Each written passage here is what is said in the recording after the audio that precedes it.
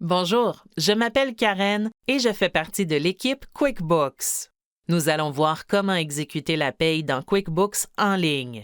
Nous verrons également comment faire passer un employé du paiement par chèque papier au dépôt direct.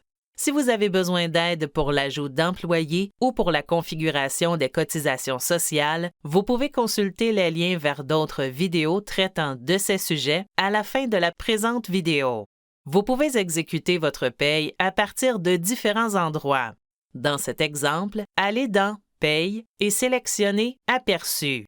Sélectionnez ensuite Exécuter la paye. Si vous avez plusieurs échéanciers de paye, vous devrez en sélectionner un pour la paye en cours. Si vous en avez la possibilité, sélectionnez le compte dans QuickBooks que vous utilisez pour les opérations de paye. Cette modification ne change pas le compte bancaire que vous utilisez pour la paye. Configurez ensuite que la période de paye et la date de paye sont exactes. Si ce n'est pas le cas, vous pouvez les modifier ici. Vous verrez une liste de vos employés sur cet échéancier de paye. Si vous ne voulez pas payer un employé, décochez la case à côté de son nom.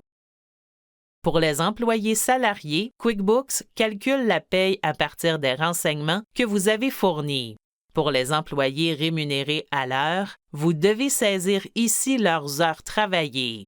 Si vous utilisez QuickBooks Time, les heures travaillées apparaîtront automatiquement ici et vous pourrez les approuver. Pour faire passer un employé du paiement par chèque papier au dépôt direct, sélectionnez l'employé. Sous Mode de paiement, sélectionnez Modifier. Sélectionnez ensuite Dépôt direct. Vérifiez le mode de paiement par dépôt direct et le type de compte et changez-les au besoin. Saisissez le numéro de transit, le numéro d'institution et le numéro de compte de l'employé. Confirmez le numéro de compte. Sélectionnez ensuite Enregistrer, puis Terminer. Cet employé sera maintenant payé par dépôt direct. Pour revenir au paiement par chèque papier, il suffit de sélectionner le mode de paiement et de choisir Chèque papier. Lorsque vous avez terminé, vous pouvez afficher l'aperçu de la paye. Pour chaque employé, vous verrez la rémunération totale pour la période de paye, les impôts retenus et la paye nette qu'il recevra. Quand vous êtes prêt, sélectionnez Soumettre la paye. Vous pouvez maintenant imprimer les chèques de paye ou les fiches de paye.